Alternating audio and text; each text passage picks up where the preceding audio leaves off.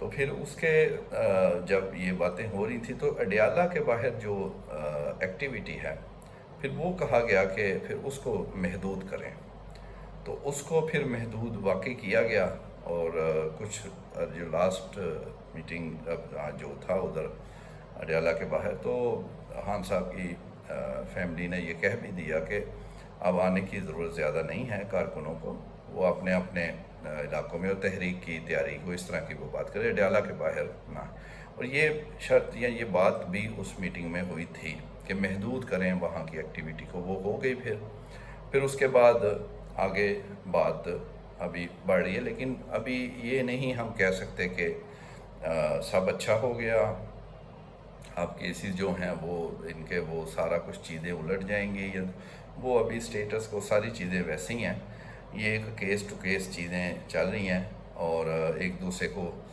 Check کیا جا رہا ہے، شرطیں رکھی جا رہی ہیں، یہ ہو جائے وہ کر دیں۔ تو لیکن بہرحال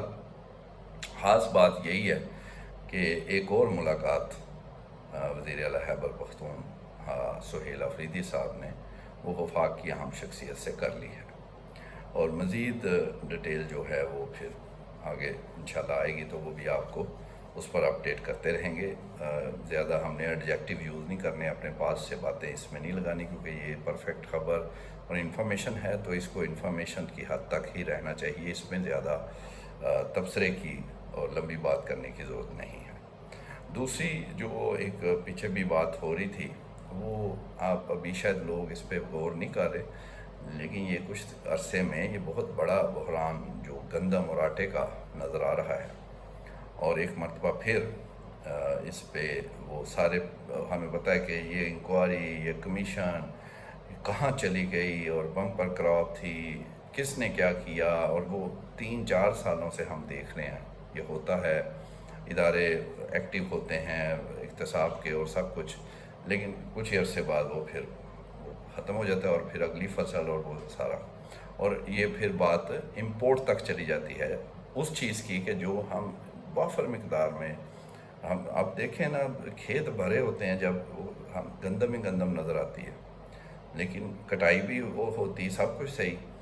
لیکن اور پھر یہ بھی اعلان کیا جاتا ہے کہ اب اعلان کیا پنجاب کی بات اگر کریں تو 2 کروڑ ٹن سے زائد جو ہے وہ انہوں نے آفیشلی پنجاب حکومت نے کہا کہ گندم ہوئی ہے۔ اسی طرح سندھ میں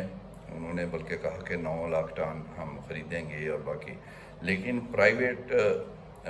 جو سیکٹر ہے اس کو پنجاب نے کہہ دیا وہ خریدے، تو وہ کہاں سے خریدے گا؟ ان کے پاس اتنا 300 ارب روپیہ یا 400 ارب کہاں سے آئے گا؟ یہ حکومت ہی خریدتی ہوتی ہے، اور ان کو حکومت کو بینک جو ہیں وہ اس معاملے میں قرض بھی دیتے ہیں، یہ تسلسل چل رہا ہے، لیکن اب حکومت خود نہیں خریدتی تو بینکس جو ہیں وہ نجی سیکٹر کو اتنی زیادہ رقم نہیں دے سکتے، اور نہ ہی ان کے لیے اتنا آسان ہوتا ہے اس طرح واپسی، تو پھر وہ اس طرح خرید ہی نہیں رہے۔ اور اب معاملہ اس حد تک آ گیا کہ پاسکو جو وفاقی ادارہ ہے، جو کہ اسلام آباد ہے نا وفاقی ادارہ، وہ خود تو پروڈیوس نہیں کرتا اسلام آباد اتنی کوئی گندم، لیکن وہ کیونکہ انہوں نے رکھنی ہوتی ہے، وہ امپورٹ بھی کچھ ہوتی ہے، لیکن گندم وہ لیتے ہیں پنجاب سندھ ان سے ہی لیتے ہیں، تو اب یہ صوبے جو ہیں وہ ان سے خریدنے کی تیاری کر رہے ہیں پاسکو سے، جو کہ پاسکو خود پروڈیوسر نہیں ہے، وہ ان سے لے کے تو انہی کو دوبارہ صوبوں سے لے کے صوبوں کو یا تھوڑی امپورٹ ہوگی وہ ان کو اب دے رہے ہیں، اور یہ ابھی شروع ہے سیزن کا، 3 مہینہ کٹائی کا کے بعد چل رہا ہے، ابھی پورا سال پیچھے پڑا ہے، اور یہ حال ہے کہ آپ بحران پیدا کے بالکل ہم قریب پہنچ گئے ہیں اور پاسکو سے خرید رہے ہیں، اور پھر کچھ عرصے بعد کہیں گے کہ یہ بڑی قلت اور مہنگی اور آٹا اور چلو جی اب ہم امپورٹ کر لیں، جو ہر دفعہ ہوتا ہے۔ اسی طرح چینی کے ساتھ ہوتا ہے، شوگر کے ساتھ، پھر اب چاول کا وہ ابھی کاشت ہو رہی ہے، پتہ نہیں ادھر نہ کی کرنا ہے نا، تو یہ ایک روٹین بن گئی ہے، اور ایک ڈرامے بازی چلتی ہے بعد میں کہ یہ انکوائری کمیشن تفتیش، وہ بھی کچھ عرصے بعد، پچھلا تو یا تو بتائیں نا کچھ پیچھے کچھ ہوا ہو، جب نہیں کچھ ہوتا تو پھر اور زیادہ اگلی دفعہ وہ معاملات بڑھتے ہیں، اور جنہوں نے دہاڑیاں یا جو بھی کرنا ہوتا ہے وہ اور زیادہ، اب اس دفعہ پچھلے سے زیادہ خرابی یہ ہوئی کہ شروع میں ہی بحران سامنے آ گیا، ابھی سال پڑا ہے تیسرے مہینے میں، تو یہ بھی ایک اہم، یہ بڑا سکیم ہے، بڑا سکینڈل ہے، ابھی شروعات ہے، شاید اتنی سمجھ نہیں آ رہی، اور سیاسی معاملات بڑے ہیں،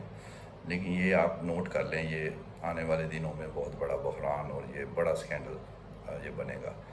اور پھر جو آپ کو بتایا جو ہونا ہے، جو ہمیشہ سے ہو رہا ہے وہ بھی، تو لیکن چلیں کبھی تو کچھ بہتری ہوگی، تو انشاءاللہ یہ بھی معاملہ جیسے آگے بڑھے گا آپ کو اپڈیٹ کرتے رہیں گے۔ Thank you.